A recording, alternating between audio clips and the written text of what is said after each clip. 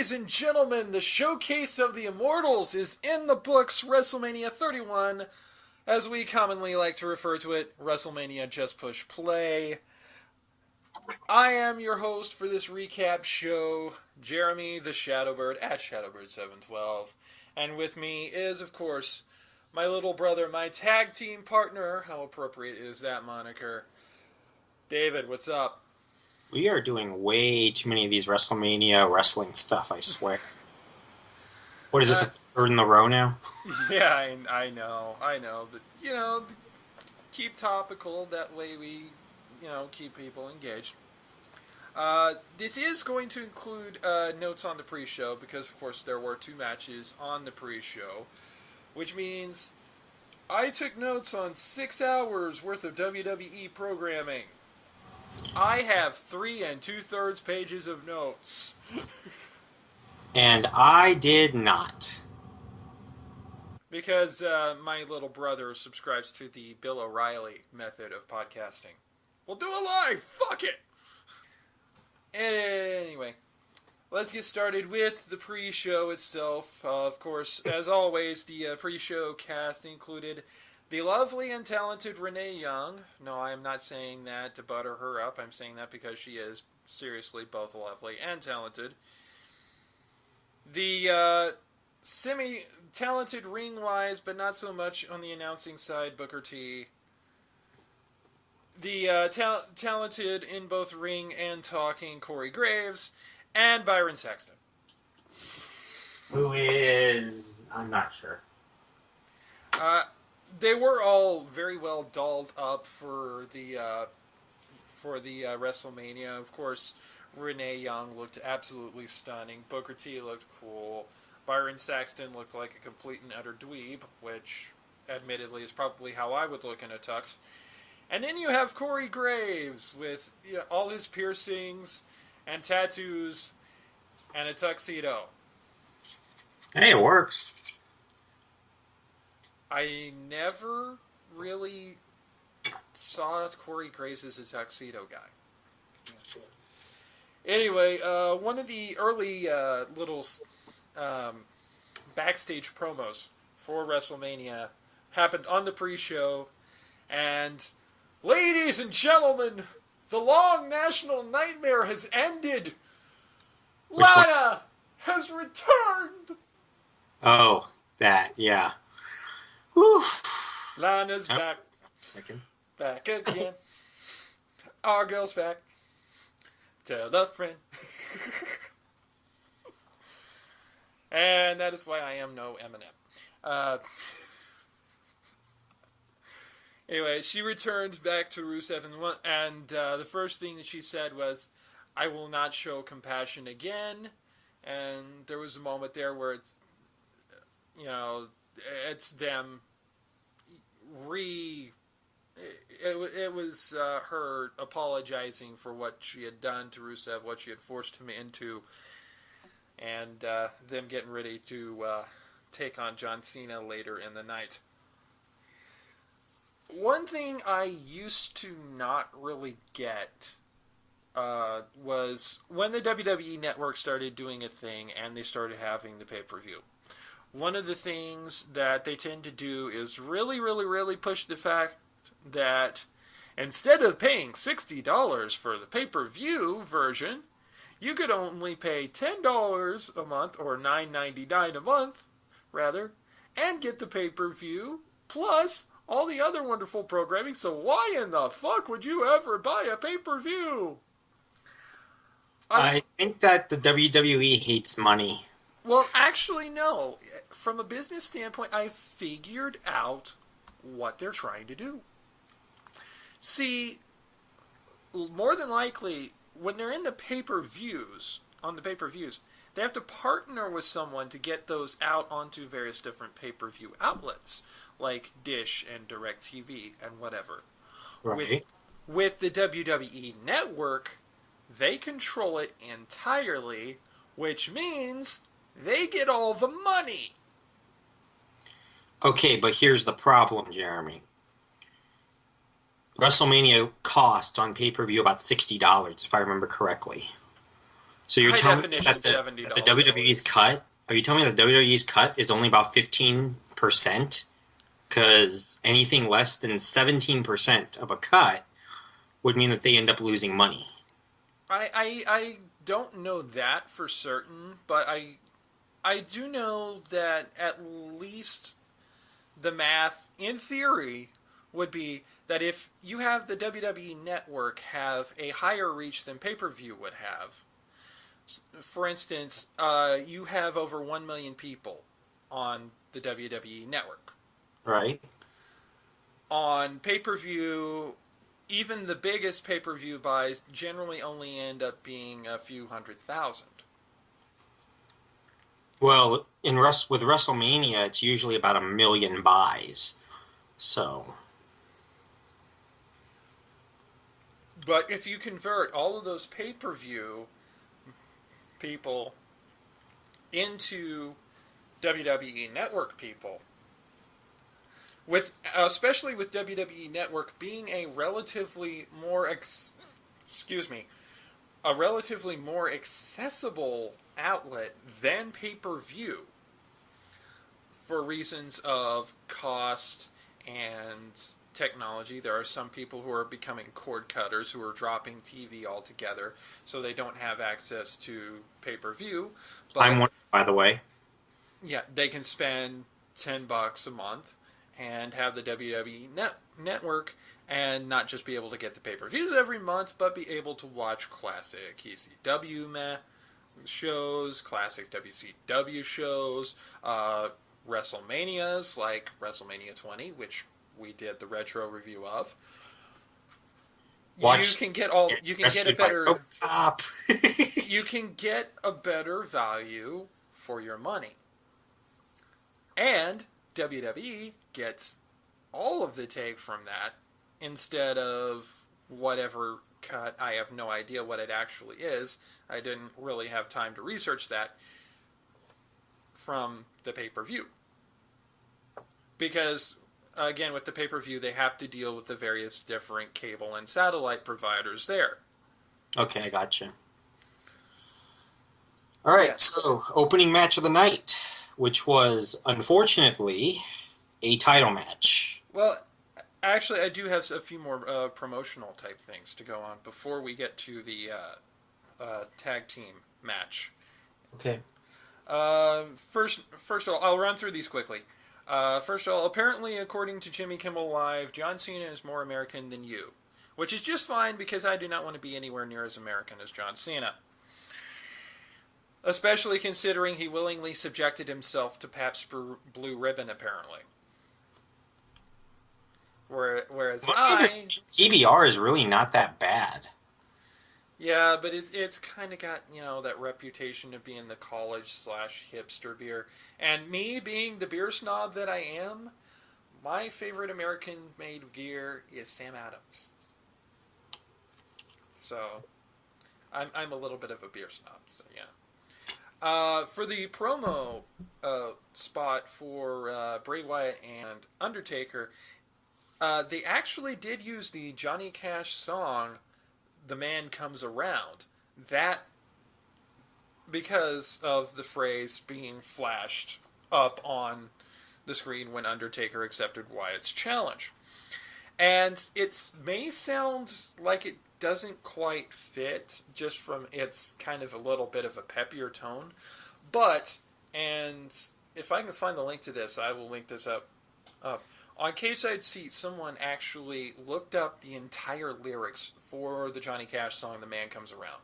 I actually have it on my playlist, by the way. Yeah. So. A few things to know about it is it's one of the songs from his final album before Johnny Cash's passing.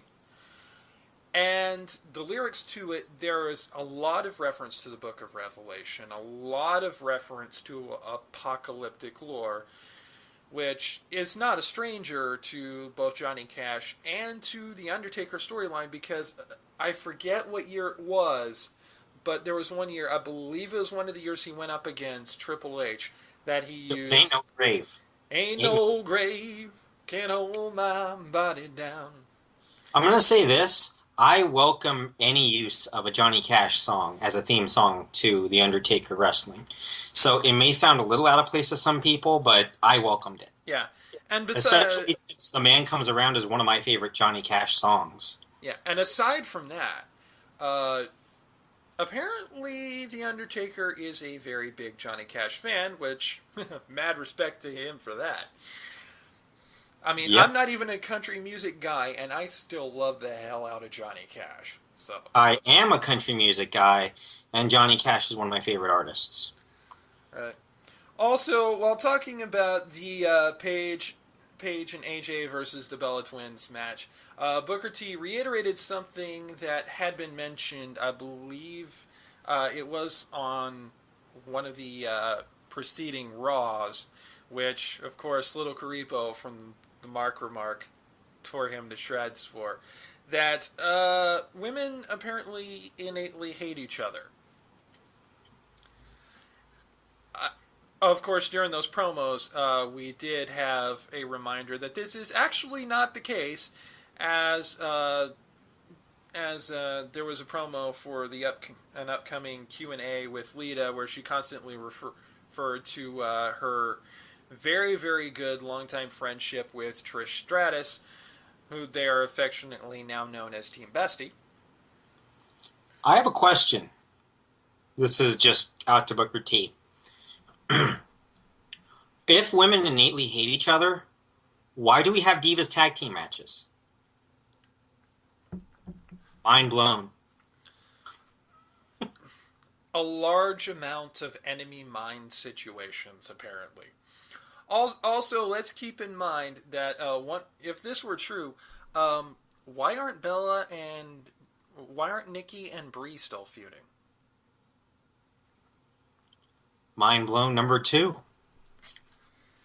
Anyway, now we do, in fact, move on to the matches proper. And by the way, your commentary crew for the show is Michael Cole, John Bradshaw Layfield, and Jerry the King Lawler. So basically the SmackDown crew. Because, okay, if we do another draft lottery, which I know we probably won't because the brand extension is over now. But if we do another draft lottery, can we trade Lawler for Corey Graves? Actually, no, bad idea. That would mean Lawler would be in NXT. Fuck. But Jeremy, I like the idea of having a live Pokemon on the commentary team.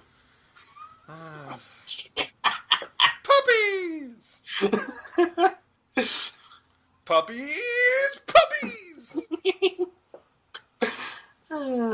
Okay. Jerry Lawler used puppies. It's not very effective.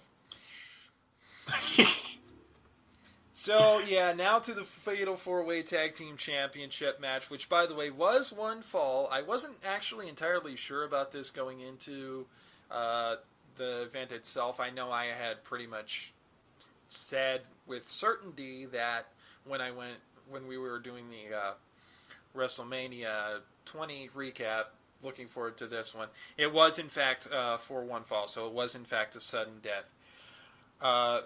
The Usos with Naomi versus Los Matadores with El Torito versus The New Day, all 3 members, versus Kid and Cesaro with Natalya. Remember all those withs. They will be important. And early on in the match, one of the Usos, I'm not entirely certain if it was Jimmy or Jay, even the commentary crew couldn't keep it straight throughout the night. I just wrote down Jay because... It was Jay. Yeah, the one that's married to Naomi was basically having to defend, or not defend, but go for the titles all by himself now. Oh, wait a second. No. Jay was injured, I believe. See? Even the commentary crew couldn't get it right, so how the fuck are we supposed to? Don't ask me. It was as chaotic as you would expect a tag team fatal 4-way to be, with lots of times where basically all 7 competitors were in the ring at the same time. Tags in and out, lots of fun spots. And even Naomi, Natalia, and El Torito got in on the action as well. It was just one of those fun matches. I just don't like having title matches on the pre-show. Well, just kind of cheapens the title in a way. I know they've been doing it for a while now, but come on. Well, aside from that, which of the singles matches, since we're not going to create a new match to take this place to put the title match onto the main show, something would have had to have gotten moved down from the main show. The problem is, what match would you move down? Maybe the Divas match? Which, with all the Total Divas push and everything, wasn't going to happen. You're right, that is the only one I could think of. Anyway, Kid and Cesaro did retain their championships, as I believe I called, with Big E of the New Day eating the pin. That gives you one, doesn't it? Yep. Right. In between matches, we did have the Q&A with Lita. She did answer several very interesting questions. Unfortunately, the one that I picked with the hashtag, the one that I sent in, was not picked. So instead, I'm going to field this question, modified from its original form, to my best friend, my little brother here. My question would have been, what NXT diva would you like to see Lita wrestle? Ooh. I don't know what Lita would answer, but in my case, I would say... I'm going to say Becky Lynch, just because of the similarities between the two. Yeah. Truth be told, I can't just pick one. And in fact, I even included in the original question that multiple answers were allowed. Because I figured if it was picked, she probably wouldn't be able to pick one either. There are far too many NXT divas that I would love to see Lita in a match with. Charlotte Flair, of course. Current NXT Women's Champion Sasha Banks. Becky Lynch, as you mentioned. Bayley. That'd be a fun match, I'm sure. I'm not sure those two really clash very well, though.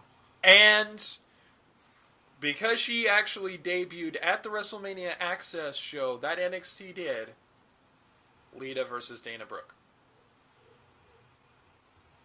I am riding that train until it derails.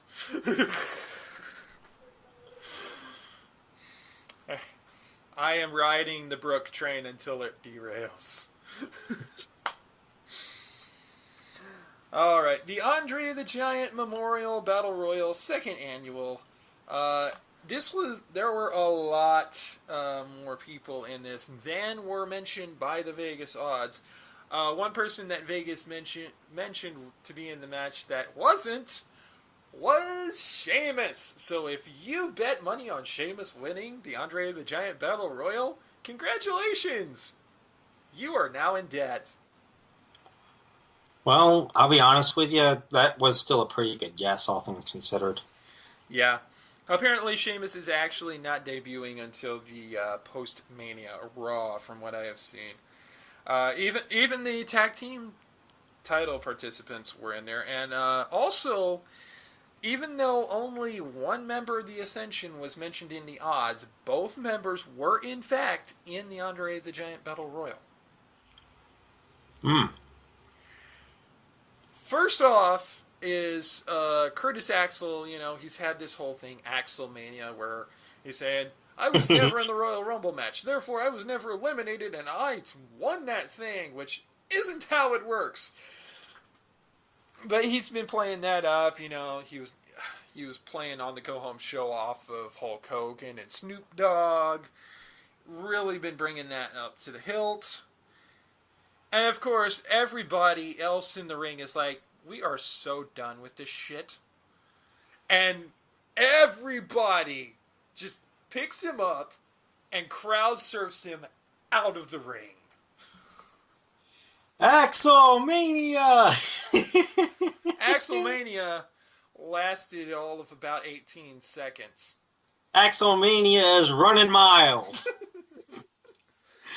One of the major storylines throughout this match, and we'll come back to it in a few in at least one place, is that of course Mizdow and Miz were both in there, and they were working together quite a bit in the early part of the match, including apparently Alex Riley was also in the Battle Royal.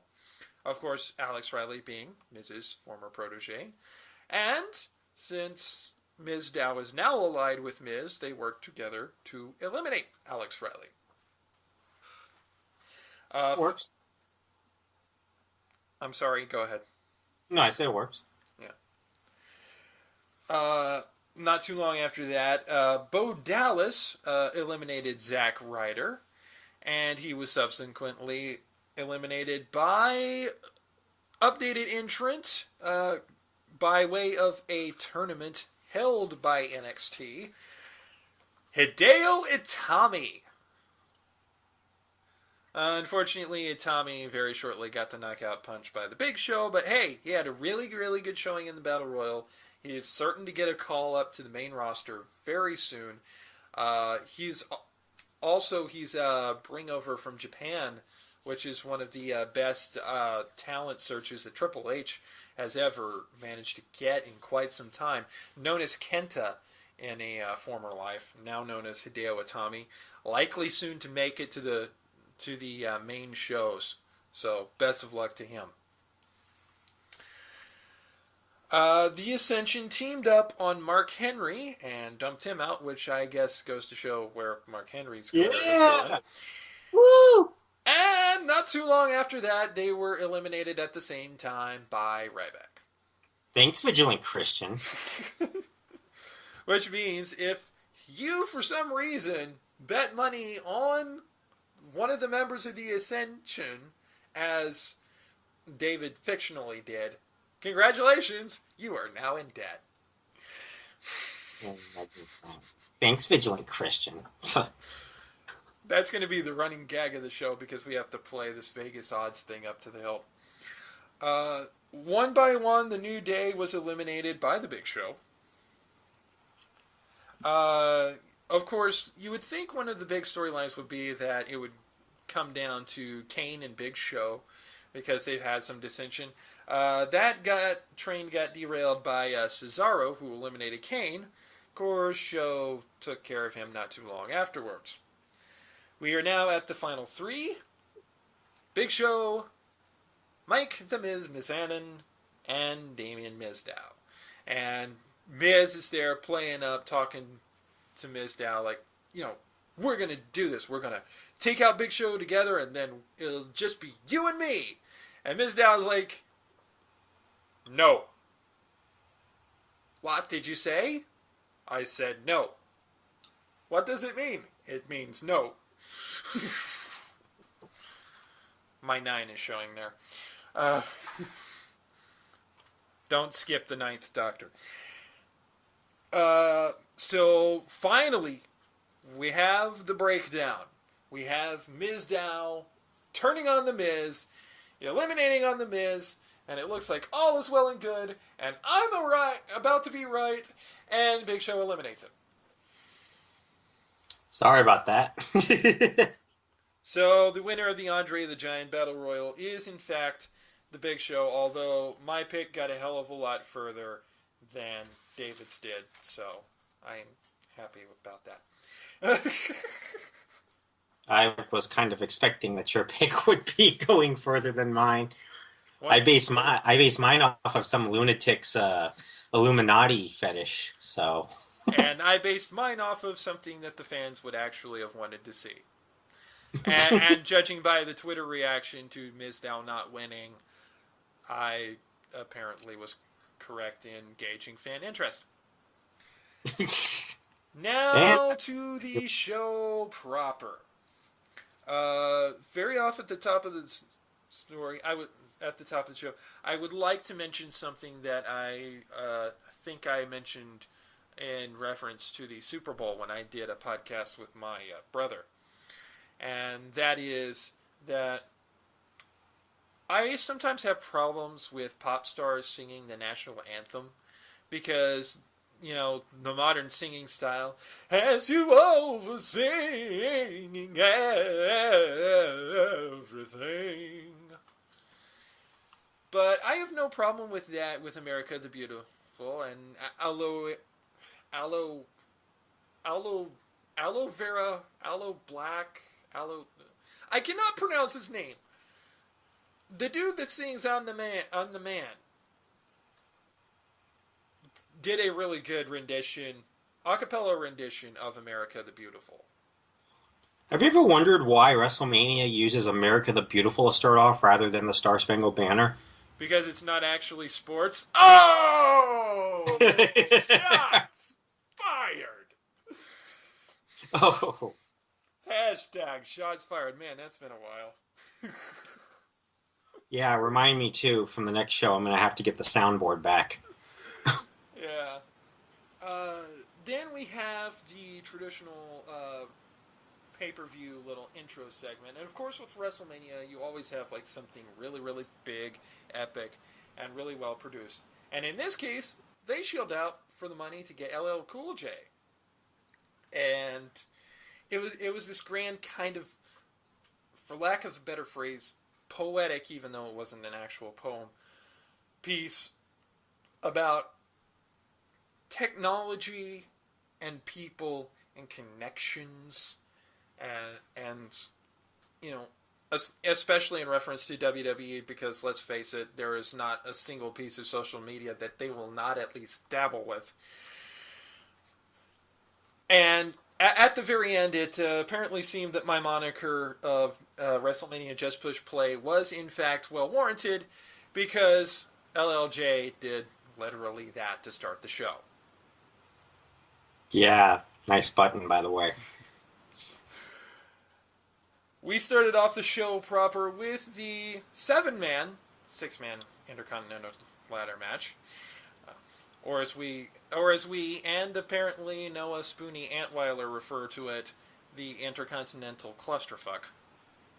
Yep. I think I said that one first before he did anyway. Yeah. Or it could have been that. No, I'm sorry. He recorded his show, and then I guess it was just coincidental.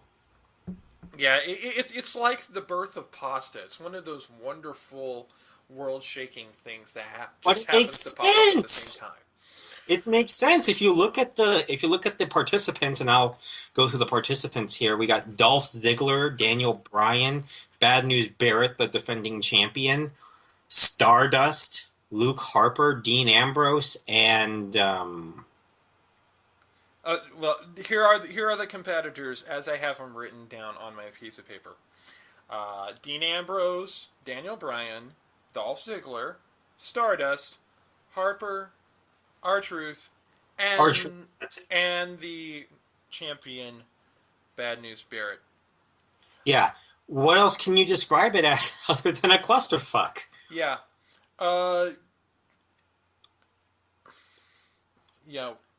Cody Rhodes, yes, we are calling him Cody, so if for some reason he's listening to this podcast, he's probably howling in pain right now. You know he is not listening to this. I know. A boy can dream. He was wearing kind of a red and black outfit. The only way I could describe it is, for those of you who do not know this, there are certain quote-unquote rules of the internet. Rule 34, if something exists, there will be porn of it. I'm pretty sure there's not any porn of casual mode yet, and please do not take that as a sign that we actually want that to be made. This is part of the reason why I don't show my face, by the way. Yeah. But one of the later rules is Rule 63, which is the rule of if something exists, there will be an alternate gender version of it. In this case, Cody Rhodes looked like he was trying to be Rule 63 Harley Quinn. Although, amazingly, even more insane. Yeah. During all the entrances, by far the two people to get the biggest pops from the Bay Area crowd were Daniel Bryan and Dean Ambrose, who came out first and last, if I remember correctly. Yes, Mm. yes, the champion did not come out last.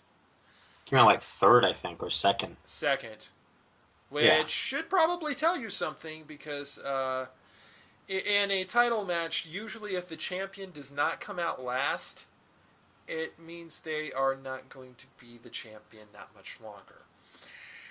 However, that is not always true. It's just It is usually. not an immutable rule by any means, but it does tend to be the case very often. It being a ladder match, of course, you've got all kinds of crazy spots. I wrote down just a few of them. One of the weird things is that we actually had some fair, like, half normal size ladders that compared to what they would usually use. At first, I struggled to figure out why the hell those were in the ladder match because the point of the ladder match is to scale a ladder to grab the belt and take it down. But then it was these mini ladders were really only being used as a weapon, so that makes sense. Oh, okay. I thought for a second there they were going to add El Torito to the list. Make it another Wii LC. Uh, Then you have a 7.5 man Intercontinental Clusterfuck.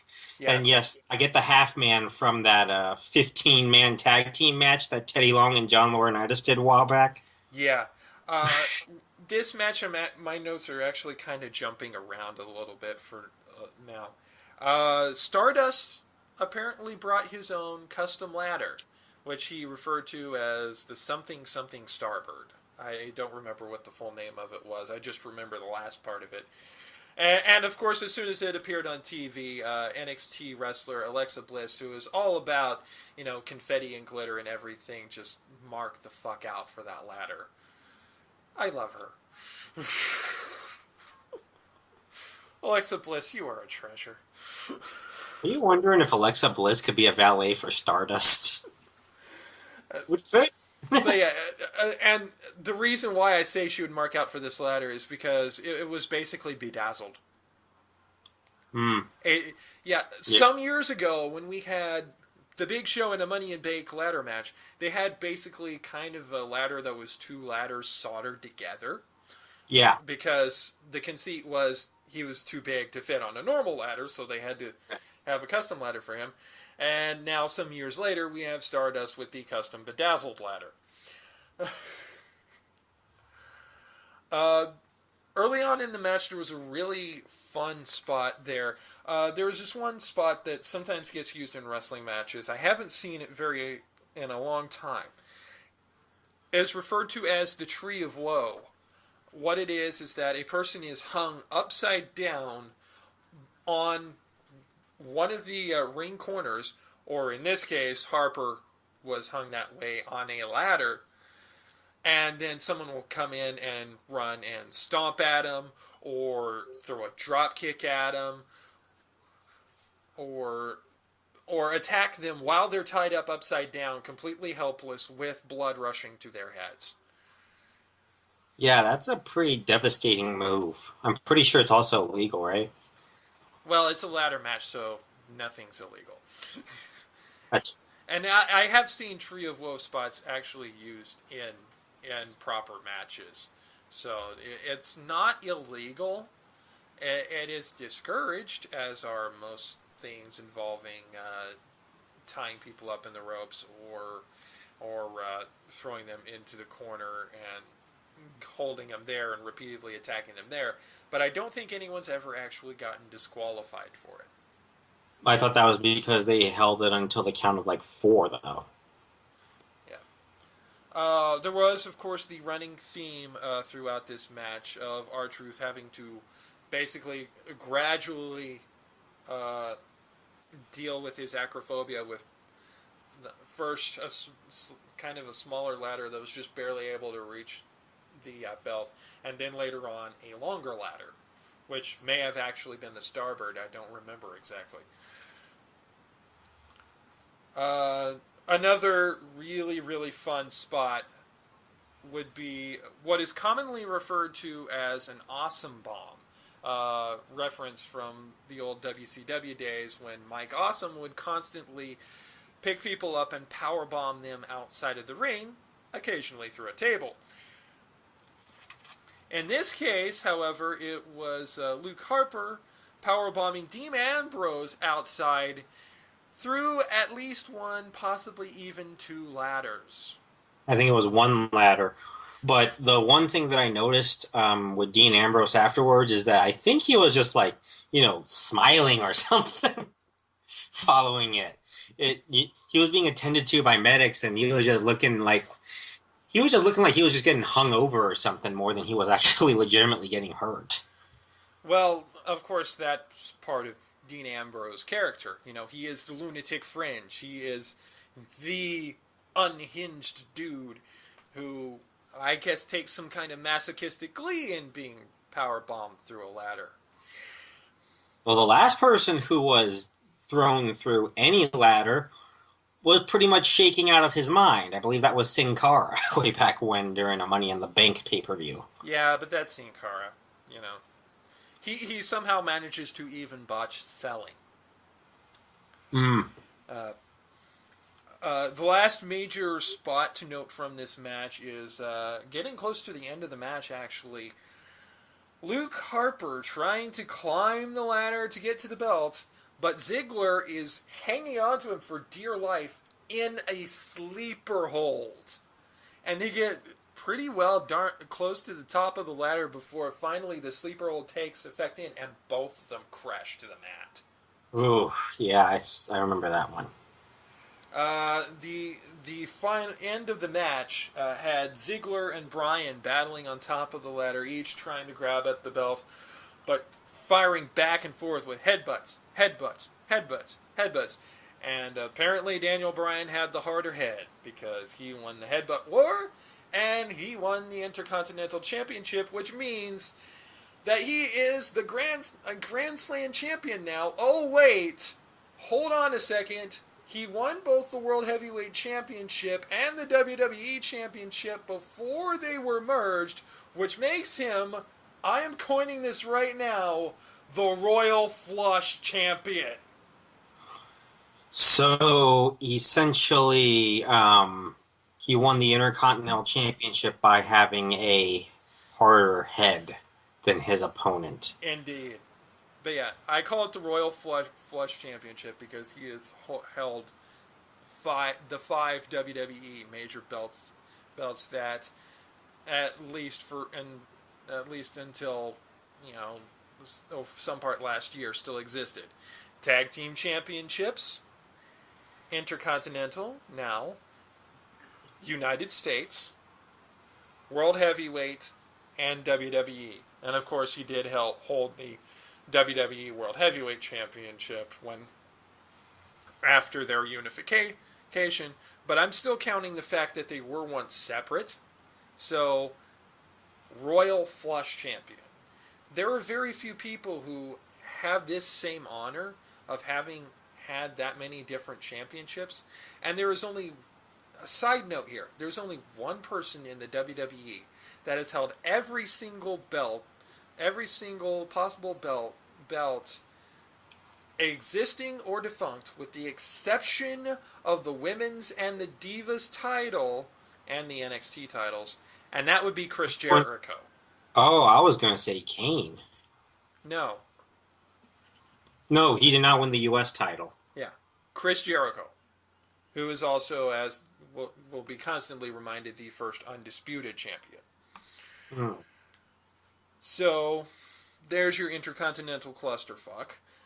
Moving on to Seth Rollins versus Randy Orton, and during the early part of this match, the way Seth Rollins was kind of playing with Randy Orton, uh, and this name will take a double meaning later on in the night. Really, it was more like Seth Rollins than Seth I'm gonna Rollins. be honest with you. I'm not a fan of Seth Rollins by any means, but I have really started to like him in this feud with Randy Orton, and I just can't put my finger on it why. Well, it's basically as we mentioned, I believe, I believe on again on the WrestleMania retro review. Which, if you haven't listened to it already, well, wait until this show is done, then go back and listen to it. It's a study in similarities. The way their careers are beginning are remarkably similar, with one key difference, which again we'll get to later in the night. Uh, Key spot to remember from this match: Randy Orton usually does this hung DDT off of the second rope Mm. in the ring. And occasionally he does it on two people at once in cases where he has to do that. He's done that several times, for instance, through J&J Security. Well, here's the twist on that for WrestleMania. Apron hung double DDT to the floor. Little more elevation Nice. there to a harder surface. Also, Seth Rollins got in his good shots in.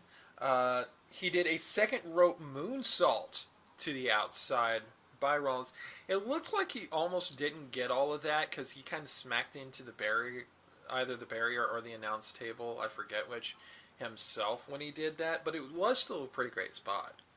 Randy Orton tried to return his very devastating punt maneuver, which storyline-wise at least has put several people on the shelf before, but he was interrupted by J&J Security.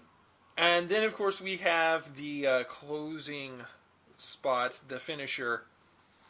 Randy Orton is down, and Seth Rollins is trying to go for a curb stomp, but instead, Randy Orton rises right as he's standing on him to do, right as Rollins is standing on him to do the curb stomp, pops him up in the air, and hits the RKO in a very sweet end shot there.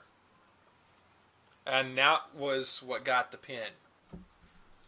We've seen, the RKO on elevated opponents before, including several times off of people jumping off of the turnbuckles. Yes. But this was a very nice twist on, for lack of a better phrase, the pop-up RKO. That uh, it was a really neat twist on that. And in fact, yeah, I'm going to call it. I'm going to call it. If something like that happens again, I'm calling it the pop-up RKO. Pop-up RKO. Uh, Anyone who used to watch VH1 when they actually played music videos knows what I'm referring to there. Oh, I remember now. Yeah. Now, Sting versus Triple H. By the way, this wasn't actually announced until the commentators were talking about this in the match itself. This match was no disqualification. Remember this. This will be important later. The entrances were. This was the first one where we really had the theatrical entrances that are somewhat of a signature of WrestleManias in the current era, especially done by the likes of Triple H or John Cena or whatever. And if I remember correctly, it's the first theatrical entrance in broad daylight since WrestleMania 9 with The Undertaker. Indeed. Sting got this nice little kabuki-styled entrance with people playing all various different kinds of Japanese instruments and drums leading up to his theme song. Not sure if racist. I mean, I have no idea what all Steve Borden's heritage is, but I'm pretty sure it adds up to mostly white. It was okay, I guess. I Nothing mean, special. yeah, I wouldn't bring out Sting that way. but it was Yeah, if you wanted to go theatricality, I may not be able necessarily to be able to think of specific ways off the top of my head, but I'm pretty sure there are better ways you could have gone with it. You know, having an entrance like this, maybe for say Hideo Itami, okay, because he is actually Japanese. Triple H's entrance was in a blatant reminder that this pay-per-view was brought to you by the upcoming movie Terminator Genisys. That's spelled Genisys. ugh. Because, in a shout out to Linkara right now, because poor literacy is for Wrestlemania. Aye. Triple H's entrance was very Terminator style, including a little video bit done by Arnold Schwarzenegger himself. Arnold was the one that pretty much saved what I thought was just a bad theatrical entrance. Yeah. Now, they did have... I did like the Terminator props. The Terminator props that they had were very, very good. I cannot say the same for Triple H's King of the Terminators costume. Yeah, really, whoever came up with this costume for the entrance, I thoroughly expect them to be told "Hasta la vista, baby." By the way, fun fact for this match: it was the longest WrestleMania match of the night at 18 and a half minutes. Of course, part of that may have been because I think one match later on may have had to been shortened, but again, we'll get to that when it's time for that. When the match actually started, there was a little bit of posturing in the beginning, but like I have said several times before, pre-match posturing is not a bad thing, as long as it does not take up a lot of time, and once you get into it, once you get into the match proper, both competitors stay into it proper. That was Correct. a failing of Goldberg versus Lesnar, but it was something that this particular match did really, really, really well. Sting looked fantastic, and he got a very well-deserved "You Still Got It" chant from the crowd. Of course, most of the crowd may not have known that he actually never lost it because he had been wrestling in TNA for the longest time, but well, wrestling in TNA is pretty much like sitting on your ass for 14 years, so... You want to know how much WWE thinks of TNA? I actually listened to Vince McMahon's conference call this morning. This is being recorded on Monday, by the way. And I heard him say that this was great for Sting because it brought him, quote, out of obscurity. I'm bringing it back one more time because, Vince, I think you deserve this. Hashtag shots fired. Oh, yeah. The entire match was very much a throwback match. It was really the best kind of old school wrestling match. Kind of both a throwback to where both of them started, and also kind of a throwback to the styles that were common during the Monday Night Wars for both competitors. So, speaking of the Monday Night Wars, though, at certain points in the match, Triple H starts throwing out the DX chops at Sting.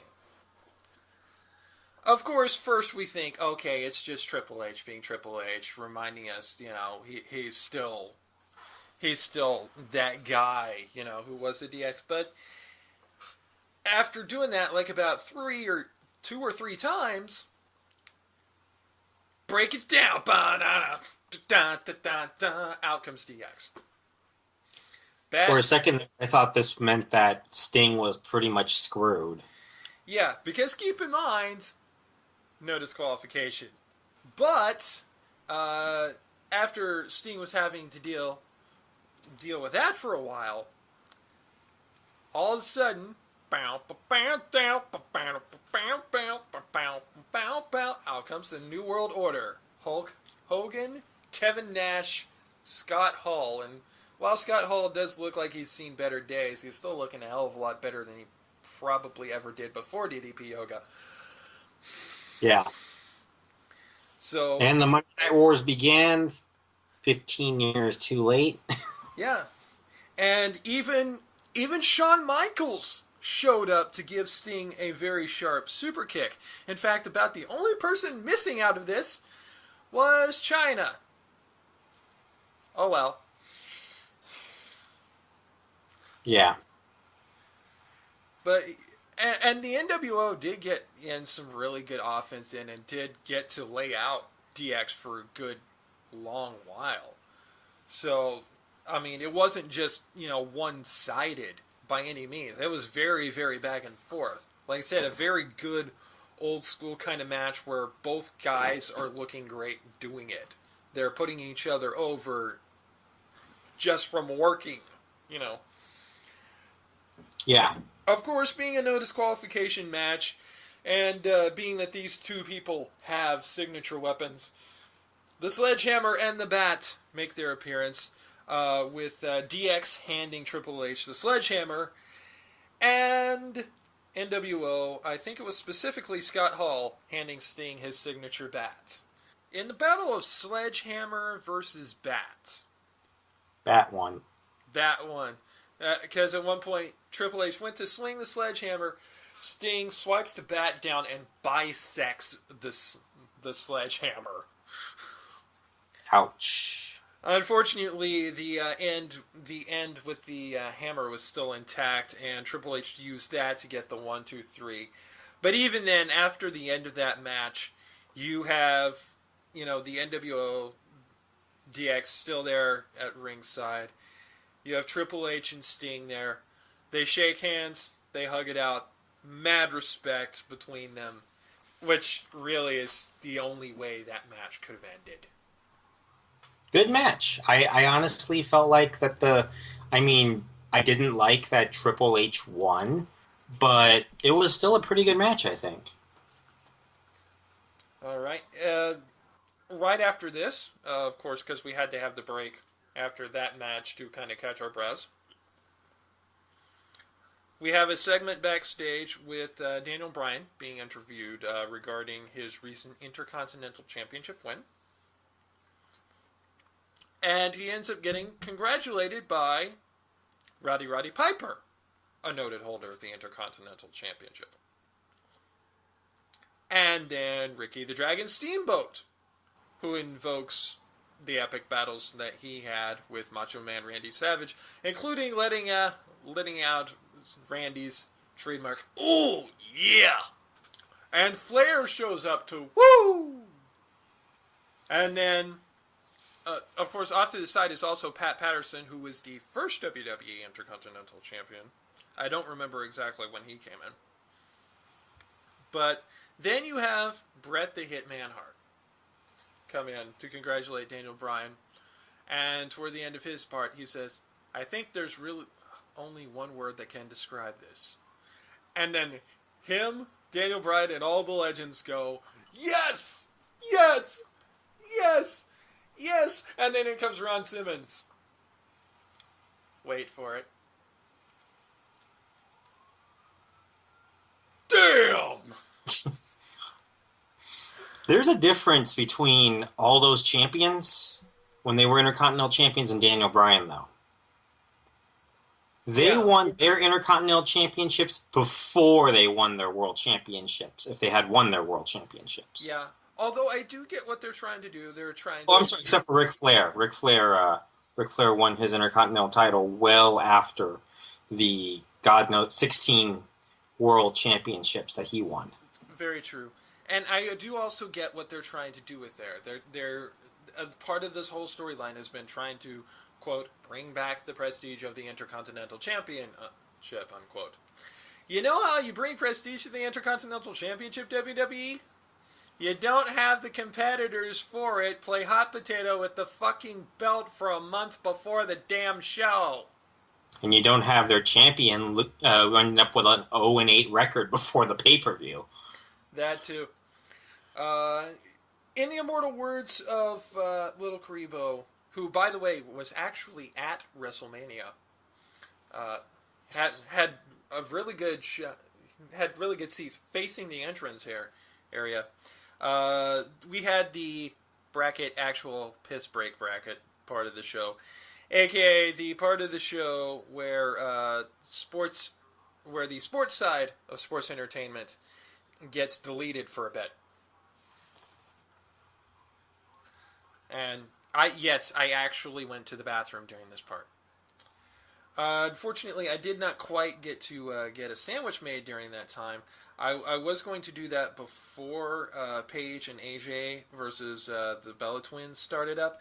Unfortunately, while I was trying to make a sandwich, I accidentally dropped and broke the salt shaker in the pantry because someone had put the bread on top of things that were breakable. So I went from an actual piss break to an actual salt cleanup break. I did not get to see this match at all. I'm sorry. Paige, AJ, I have failed you. Well, I did, and I can. Well, first thing I wanted to notice about the match is I think Nikki Bella is also looking a little better herself. Um, that rack attack looks really painful. Honestly, I think the rack attack looks better on her than it did on Lex Luger when it was called the torture rack. Yeah, and what happened was Paige and AJ won the match. AJ locked, I believe it was Nikki Bella, into the Black Widow, and she tapped out. And yeah, not a bad match by any means, but I really wish that the Divas title had been defended here. One of the two taking on the Bellas, or even a Fatal 4-Way would have been good. Yeah. Although, look at it this way. Extreme Rules. AJ versus Nikki. If that is not some variant of hardcore match, they are missing an opportunity. Yeah. And let's face it, I honestly think at the very least, AJ would be able to rock a hardcore match, and it might be able to cover up some of the faults that Nikki Bella still has. Though I did say Nikki Bella improved, and quite frankly, when they added that rack attack to her moveset, I was like, wow. Yeah, like I said, She actually looks somewhat dangerous now. Yeah, like I said, it looks better on her than it did on Lex Luger when it was called the Torture Rack. And no, I'm not saying that simply because Nikki Bella is more appealing to look at than Lex Luger. Of course, then we have the celebration of the various Hall of Famers, the first notable ones being the first Warrior Award recipient to the late Connor the Crusher. I cannot pronounce his last name for the life of me. Michalik, I believe. And you know, I had issues with Warrior, Ultimate Warrior, while he was alive. But I'll be honest with you, I've regained respect for Warrior after the creation of this award. I really thought that this was a good idea, and I feel glad. I feel glad knowing that a guy like the Ultimate Warrior, even a guy like the Ultimate Warrior with all his flaws, was able to leave this world better than when he came in. Yep, that is definitely a very good thing. We technically only had one headliner as we normally do this year, at least according to WWE's way of thinking of things. But personally, I think we actually had two headliners. While Kevin Nash was the official headliner, you cannot say that Randy Savage was not of equal weight to Kevin Nash. I think Randy Savage would have surpassed Kevin Nash in any sort of, sensible Hall of Fame. The only difference, I believe, and just coming from me, I think that it's not a WWE thing. I think it was just because Kevin Nash is alive and Randy Savage is not. Yeah. Is the reason why. Although they have had headliners that had passed on in previous WrestleManias. I think the year that Eddie Guerrero went in. Yeah, but that one was also just sudden as well. Yeah. Randy Savage, he was at the prime of his career. Randy Savage was, not wrestling anymore. Yeah. So. Also, I do think Kevin Nash definitely deserved the Hall of Fame slot that he got. I've had issues with Kevin Nash in the past, especially in regards to his apparent disdain for the cruiserweight size wrestlers, having often referred to them as vanilla midgets. And by the way, I would like to kindly inform anyone who would like to use that epithet that that really only half of that is an insult. Vanilla is actually a very exotic compound if you look into how it comes to be. The fact that it is synonymous with bland and boring really just goes to show how much we in America have fucked vanilla up. I thought it was fucked up when Vanilla Ice was created, but I'm just kidding. I actually like Vanilla. I actually like a lot of Vanilla Ice's later work. So. Yeah. Well, I admit earlier, I showed I'm no Eminem, but I would like to reassure people that at the very least I am no Vanilla Ice. A lot of Vanilla Ice's, like I said, a lot of Vanilla Ice's later work is pretty good. You should check it out. Yeah, but have you heard his love ballad from those early days around the same time as Ice Ice Baby came out? Oh, no. God, it is. It was requested one time by Todd in the Shadows on Radio Dead Air, who is known for his troll requests on that show. And, oh, God, it is horrible. Yeah. I mean, it's bad enough that in Ice Ice Baby he's trying to, be like the rolling hard kind of guy and completely failing at that. But his love ballad fails at romanticism. Yeah, not his earlier work, but you should check out some of his later work, like Survivor. It's pretty good. Yeah. Speaking of things that are far more romantic and appealing, Lana. Woohoo! Rusev versus Cena for the United States title. Rusev has his grand theatrical entrance with he has cannons, people singing the Russian anthem, a huge Russian flag being led to the ring by, of course, the amazingly gorgeous Lana. Oh, thank you for coming back. She legitimizes Rusev. I don't think that Rusev would have gotten as far as he had without that valet, and it shows a great example of how a valet or a manager can really take a wrestler if done correctly. Basically, she is to Rusev what Paul Heyman is to Brock Lesnar. Or what Cher was to Sonny. Yeah. By the way, WWE, just a little note. Please stop with the jingoistic bullshit. It's not working. You have WWE come out with all these various different quotes from like Obama and Reagan and Bush and all these patriotic stuff about the troops and yeah, America, fuck yeah, and all that shit. And then John Cena comes out and the booze rained down like water. Was there one Democrat president that was in that montage? There was Obama. Okay. Yes. Just making sure. There was Obama. No Clinton? Really? By the way, fun little note about the Levi Stadium crowd. This was a very, very smarky crowd.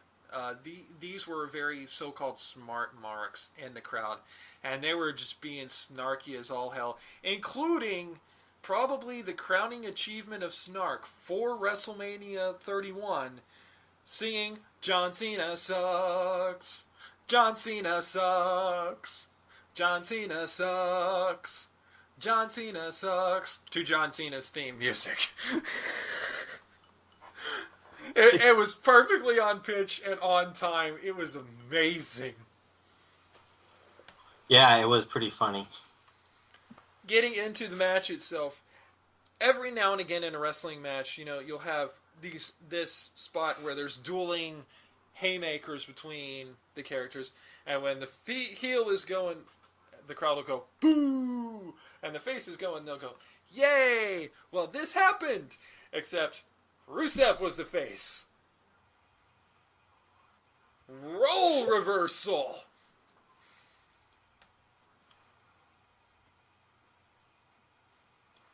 Which just goes to show where the minds of the Bay Area fans were. This was in San Francisco. I mean, what were they expecting with the montage that they gave? Yeah, I mean, but yeah, he's supposed to be the anti-American guy. He's supposed to be the guy you're supposed to root against because he hates you and everything you stand for. And it failed. Fail, WWE. In the immortal words of the late Charles Schultz, Z-.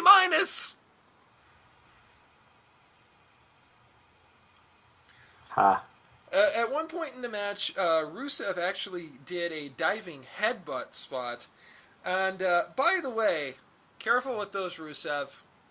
The last guy to use diving headbutts on a regular basis kind of had some issues with concussions and sanity. Just saying. Might want to keep those only every now and again,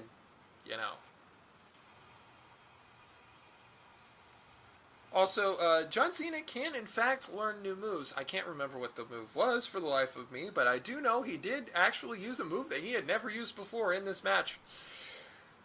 Oh? Yeah. I wish I could remember what it was.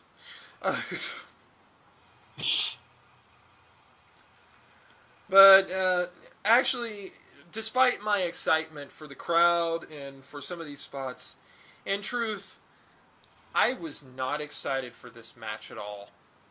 Part of it may have still been me being mad at myself for the destruction of the salt shaker, but yeah, in the immortal words of The Empire Strikes Back, I feel cold.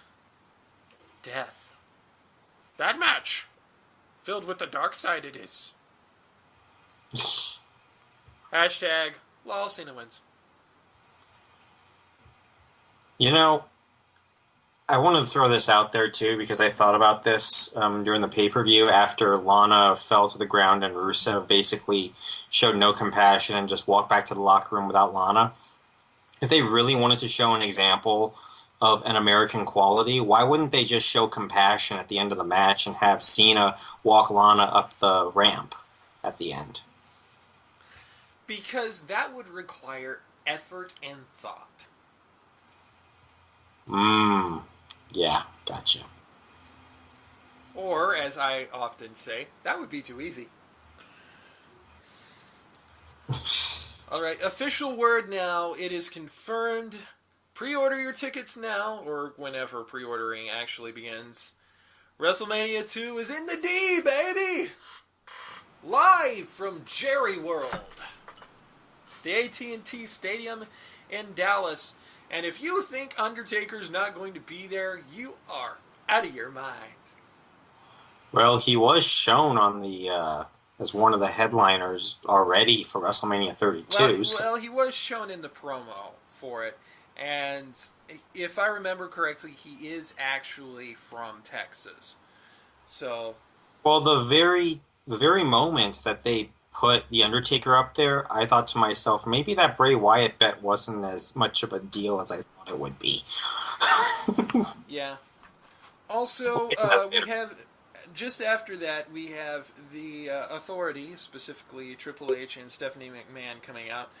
First thing they do is announce a new stadium record for Levi Stadium, set by WrestleMania 31. 76,976 people in Levi Stadium.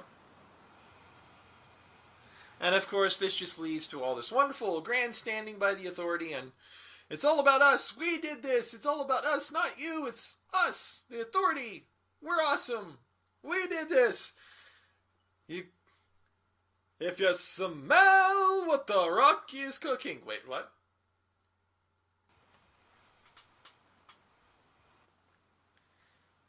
And Dwayne Johnson, of course, he was on Saturday Night Live Saturday, so he must have taken a private jet during some point in the day Sunday. He comes out there and he starts shooting back at them, saying things like, "Yeah, Triple H may have brought his body to Levi Stadium, but he left his balls in Stamford." Ooh, yeah, that was pretty good. That's not PG, Dwayne. He's The Rock. He can do what he wants.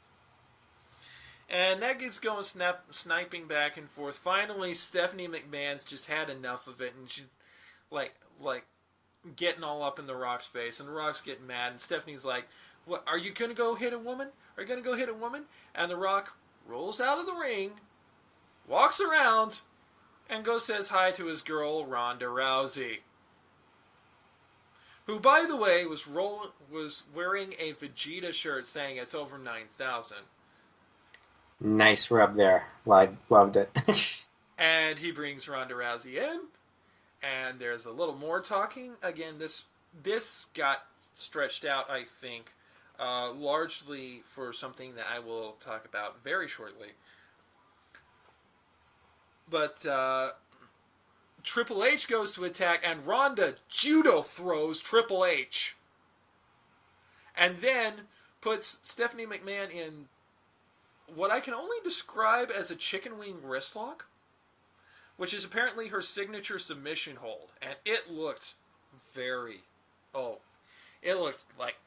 it looked almost, I don't doubt she let off of it just for the sake of the show, but it looked shoot. It definitely looked shoot. After that, one mention here. If by some wild chance they decide to carry over this and have Rousey versus Triple H for Extreme Rules, I think Rousey has the edge on it. I'm just saying, she took care of Triple H pretty quickly. Yeah, you do not fuck with the Princess of All Saiyans. And I'm calling her that. In fact, on my Twitter page, while I was live tweeting WrestleMania, I referred to her as Super Saiyan Princess simply because of her rolling Vegeta style. Like I said, this one went a little longer than it seemed like it should have gone. And a lot of that is because of Wyatt versus Undertaker. During rehearsal for WrestleMania 31, Bray Wyatt injured one of his ankles. By the looks of how he was favoring it during the match, it seemed to be his right ankle. So I think the previous segment was stretched out to kind of compress time for this match. Now, the Wyatt Undertaker match did go longer than I thought it would go, but it still felt like it had gotten shortened, likely to protect Bray Wyatt. But before we get into talking about the match itself, side note, another lovely shout out to the Levi Stadium crowd. Someone had a sign that said, "Waluigi #1." Think you're watching WrestleMania? Nope, Waluigi time. This was the second match, or the third match rather, to have the very theatrical entrances. Bray Wyatt came out first, and I just want to take a brief moment to say I absolutely freaking love Bray Wyatt's theme. It's got kind of this 60s psychedelic rock kind of vibe to it, kind of like the band The Zombies, which, by the way, is a fitting reference to make because his entrance had Scarecrow zombies. It's actually one of 4 wrestling themes that I actually have on my playlist that I listen to regularly.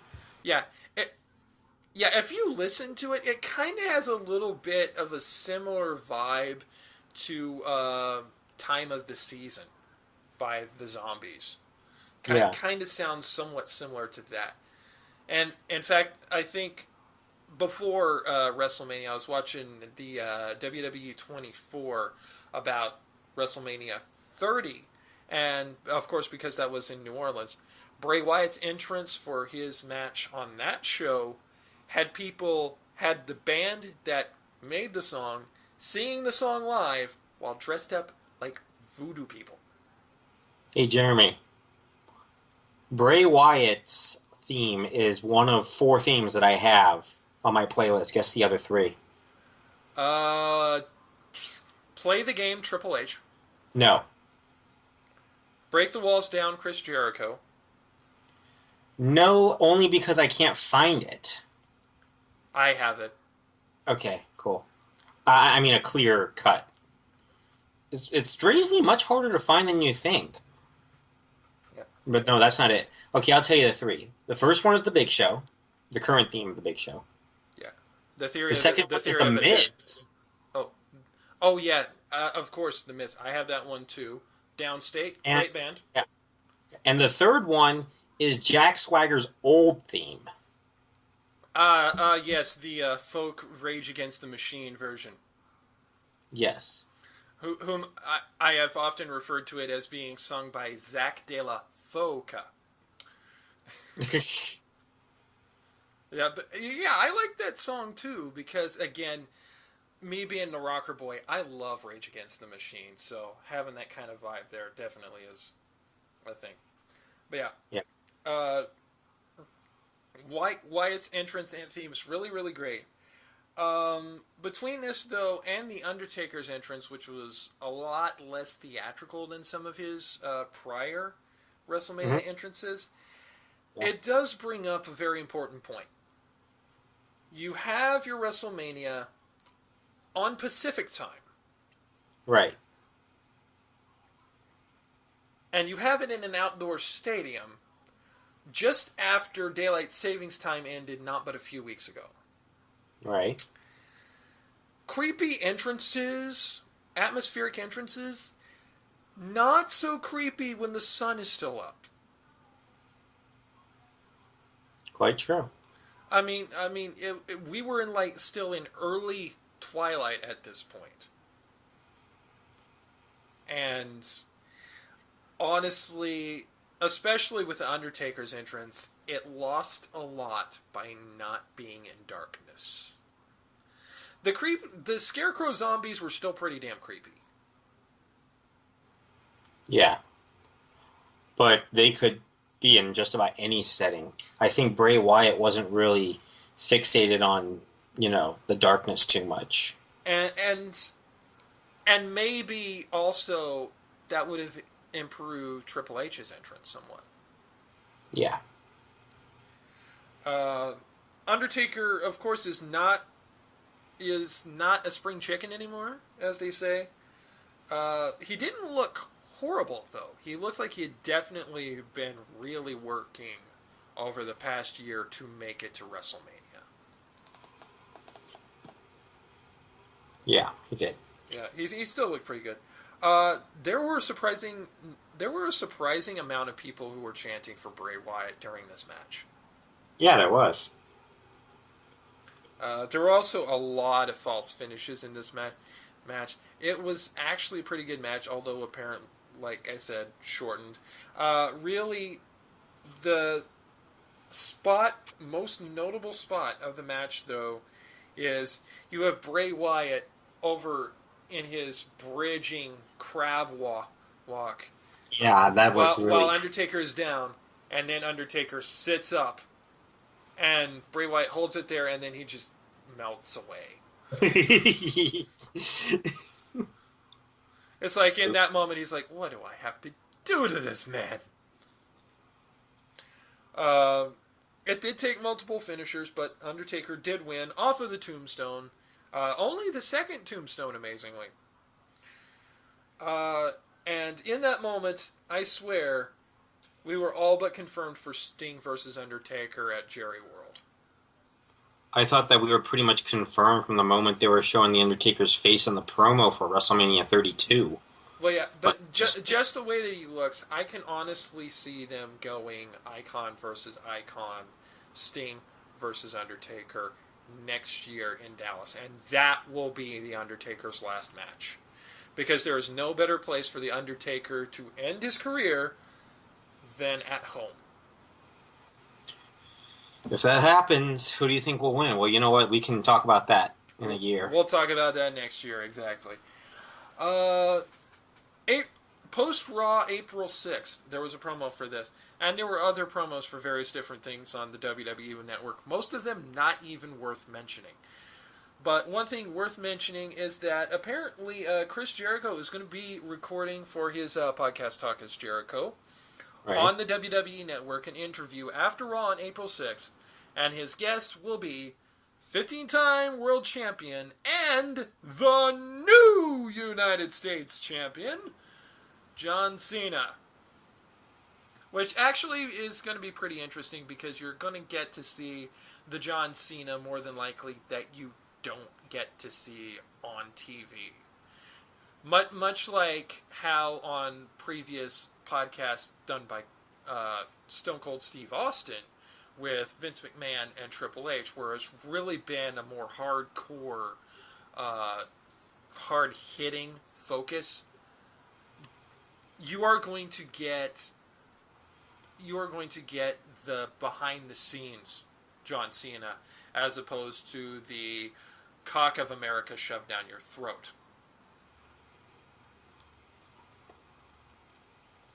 I'm looking forward to it. It starts, I think, about 40 minutes, actually. And for those of you with rape triggers, I would just like to apologize for that imagery. I'm sorry.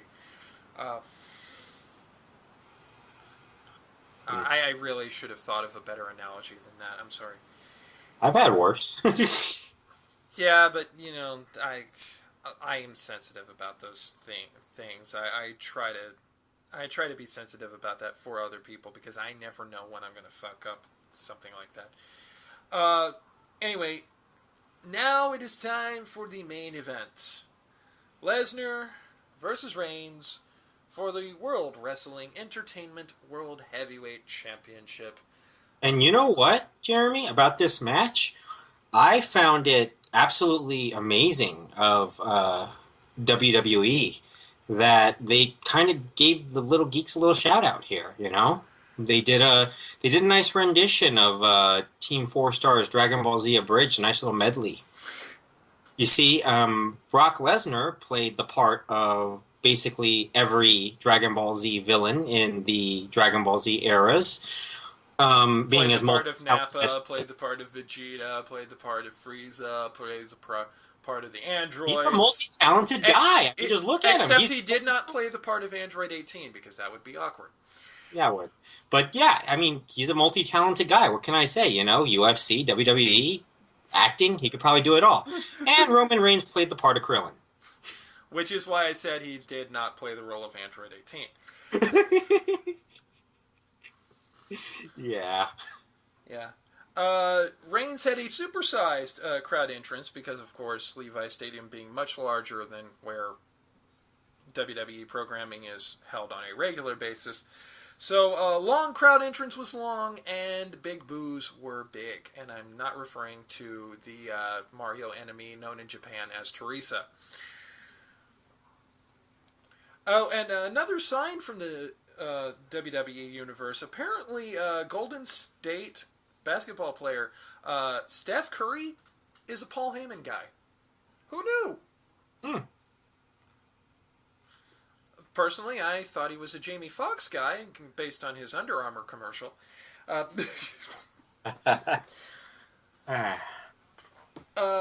Brock got actually pretty sizable face pops. And I have no doubt in my mind that him re-signing with the WWE largely contributed to that. Aside from the fact that, of course, people just were not that high on Reigns to begin with. Which is really kind of sad. I mean, Roman Reigns is all right. Early in the match, Lesnar actually got busted open on his mouth. And from that point on, In the words of Dodoria from Dragon Ball Z Abridged, complete annihilation. Uh, at I one, was just preparing. I was just preparing for like the WWE to put like at the bottom right a Roman Reigns owned count. well, it's funny you should mention that because per Lil Karibo's Twitter, because again he was in the crowd. Someone had a suplex count sign that he updated every time Brock Lesnar did a German suplex, and it ended up in double digits. Yeah, I think it was like 10 or 11, wasn't it? Yeah, it was darn close to a dozen. In fact, at one point, you can audibly hear Brock Lesnar go, Suplex City! Female slur that I'm not going to say. Suplex City, Lich! Oh, wait, no, that was last year. I'm sorry. Oh, Yeah, Brock Lesnar was going full on Mr. Popo on Roman Reigns' ass. Packing order. There's you, the dirt, the worms in the dirt. Brock Lesnar's stool. Daniel Bryan. Then Lesnar. oh man. And Brock Lesnar got busted open again, even later on. Which I affectionately in fact, you could actually see where he had left some blood on the mat, or as I like to call it, blood on the dance floor. Oh god. Music reference! Roman Reigns did actually get some pretty good offense in late. In fact, he got in 3 Superman punches and 2 spears, and still did not get the pin. 3. Well, What does 3 Superman punches plus 2 spears add up to? No dice. oh. And then all of a sudden, a Wild Rollins appears. Seth Rollins be Seth Trollins once more. He comes in while both of them are down, brings his Money in the Bank ladder match, and decides to cash it in, and it is announced that this match suddenly has become a triple threat. You could hear the cheers all over the crowd for Yeah, this. when Seth Rollins is getting cheered over you and you are supposed to be the face in this matchup, you know you done fucked up.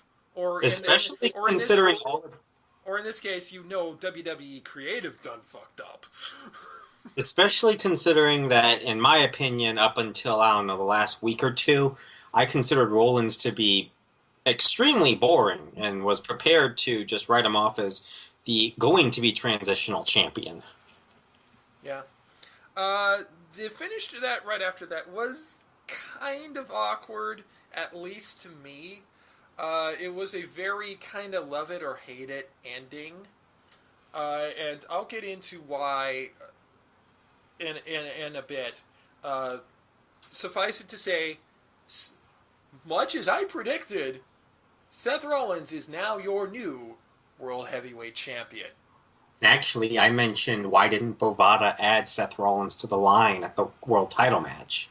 So, congratulations. If you bet on either Roman Reigns or Brock Lesnar to walk out of Levi Stadium with the WWE World Heavyweight Championship, you're now in debt. How does Bovada do that? Do they count it as a loss on both sides? Well, I suppose it largely depends on whether or not anybody did any prop bets about whether or not Seth Rollins would in fact cash in, which I still did not get to research to see whether or not there were in fact any prop bets. I don't think there was. That's why I'm trying to figure out, does it count as a double loss and the casino keeps all the money, or does it count as a push and everyone gets their money back? Not being very wise in the ways of gambling, I do not know. I mean, the most gambling I've ever done in my life is a little bit of poker at the local casino. Well, I wouldn't know either because even though I did do a little bit more gambling than that, I did not dabble with any of the sports books. So yeah. And now, for me to explain why I thought this was a wonky finish with Seth Rollins coming in to win it. It really has to do with the match in its entirety. If you read Chris Jericho's books, specifically his first one, A Lion's Tale, uh, he recounts the tale of him being in Smoky Mountain wrestling with Lance Storm and learning how to do promos from Jim Cornette. One of the lessons that Jim Cornette gave to him was that in your promos, you do not bury your opponent. For instance, you do not say your opponent is old and broken down. Because then, if you lose, you've lost to someone who's old and broken down. Right. The build for this match violated that rule. Because all you got in relation to Roman Reigns was, you can't do this, you can't do this, you can't do this, you can't do this, get the 3, you can't pin him or submit him, you're going to be fed to the beast. The producers. I like to see Paul Heyman do a Broadway impression. The producers, everybody. The producers, everybody, and sung by someone slightly less annoying than Matthew Broderick. I'm a Mel Brooks fan. What can I say? But yeah, all you got was that. All that time. So, really, Roman Reigns didn't have much of a choice but to lose. So, and of course, it did lead into him being dominated so heavily throughout most of the match because it was already a foregone conclusion that he was overmatched. And especially with Brock Lesnar resigning, it was a virtual certitude that Brock Lesnar was going to obliterate him and possibly keep his title. Now, I know why they did this. I know why they brought in Seth Rollins. It's to protect Roman Reigns. It's to create the storyline of pissed off Beast, mad that he lost his title. And it's to really give Seth Rollins the push and to push him into a program with Reigns. In my opinion, this was actually the reason why the Money in the Bank was created, I believe, is to be kind of a deus ex machina for the WWE creative team if they're caught between a rock and a hard place in times like this, where they were going to pretty much, I believe, give the title to Roman Reigns. They see all the boos, they see the way that people see Roman Reigns, and, of course, as a result, call an audible. Seth Rollins, now's your time, buddy. I think I would feel better about this if we go back to the beginning of this build. We have Roman Reigns coming off of reestablishing himself as the guy going to WrestleMania with his match versus Daniel Bryan. We have him gaining some goodwill from the fans as a result of that. And he is a big, imposing guy. Build him up as a credible threat to Brock Lesnar. Yes, we know Brock Lesnar has had this gimmick of being the beast that destroys all for a long time now. He's done that versus Triple H. He's done that with John Cena. He did that with The Undertaker at last year's Mania. I get that.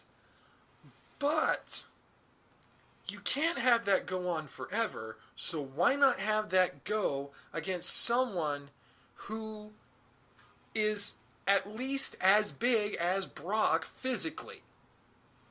Have that be the case.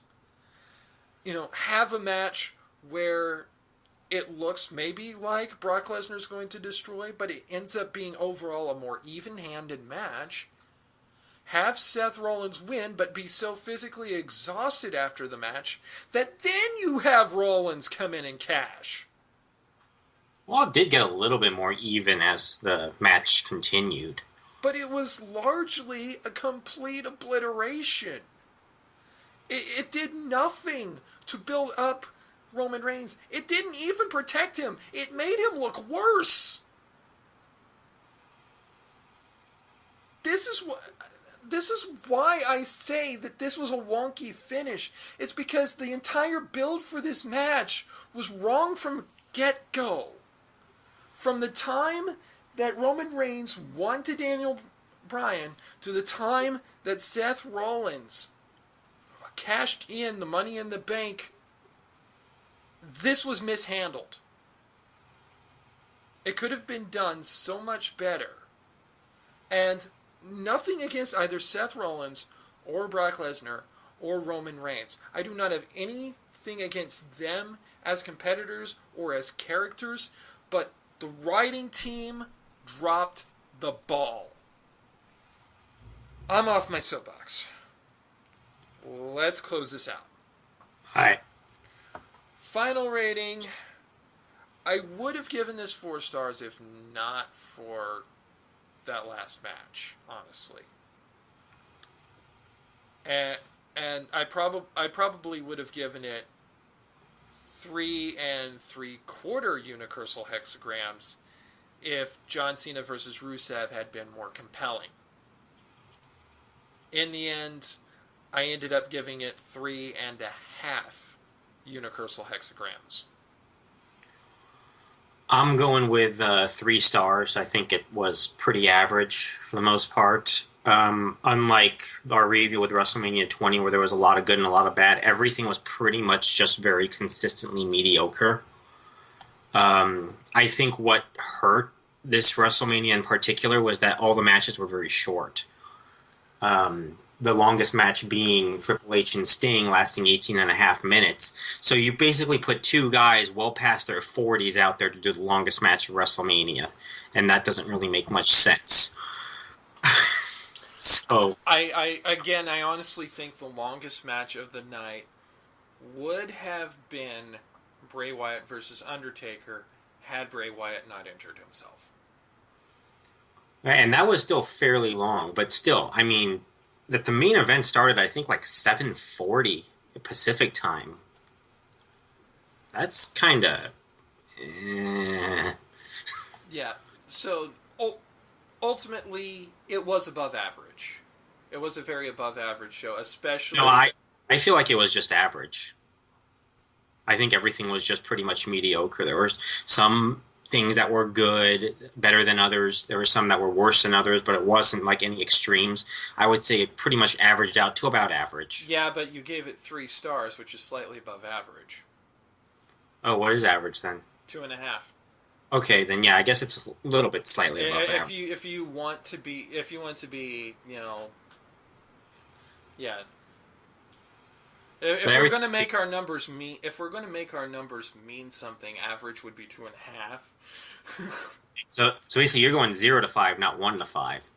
But some of my shining moments of this, I think Triple H and Sting was a pretty good shining moment here. Rousey did really well with what she had in that one segment for filling up space, and I'm gonna say the Divas match was pretty good. And Nikki Bella looks legitimately dangerous now with that rack attack added to her moveset. Yeah, I do have one last thought on this show, and that's that going back to Rock and Ronda facing off with Stephanie and Triple H, and that's that apparently Rock may have had some biology lessons, if you know what I mean, during his time at the University of Miami, but he never had any anatomy lessons. Because otherwise he would know it is actually impossible to pull out someone's fallopian tubes by going down their throat. But it's okay, Rock. You're not the only one. There are people who actually think you can get pregnant from fellatio. Oh. Some of them are in positions of power.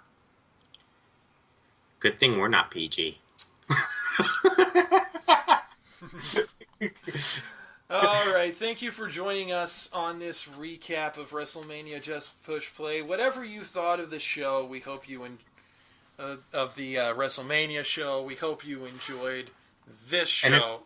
And if you made it to the end of this, I just wanted to announce that we are moving casual mode to Saturdays. Yes, for reasons of scheduling, we are having to move the podcast release date to Saturdays. You will still get your usual semi-quality entertainment, just a day later. We're a professional outfit. You're the professional outfit. I don't know about me. Until we meet again, I am Shadowbird712, Jeremy. I'm David at ZeroSageHarpuya. You can catch us on Facebook at facebook.com/casualmodepodcast, Tumblr at casualmodepodcast.tumblr.com, and check us out on the FNX network at fnx.network. And also, if you are a frequenter of Cage Side Seats, especially the ones that are these episodes that are particularly wrestling oriented, we are going to be cross-posting them there as well. So check those out. Give us a rec. Give us some comments. We want to hear back from you. Yep. Till next time. Later, y'all. Bye.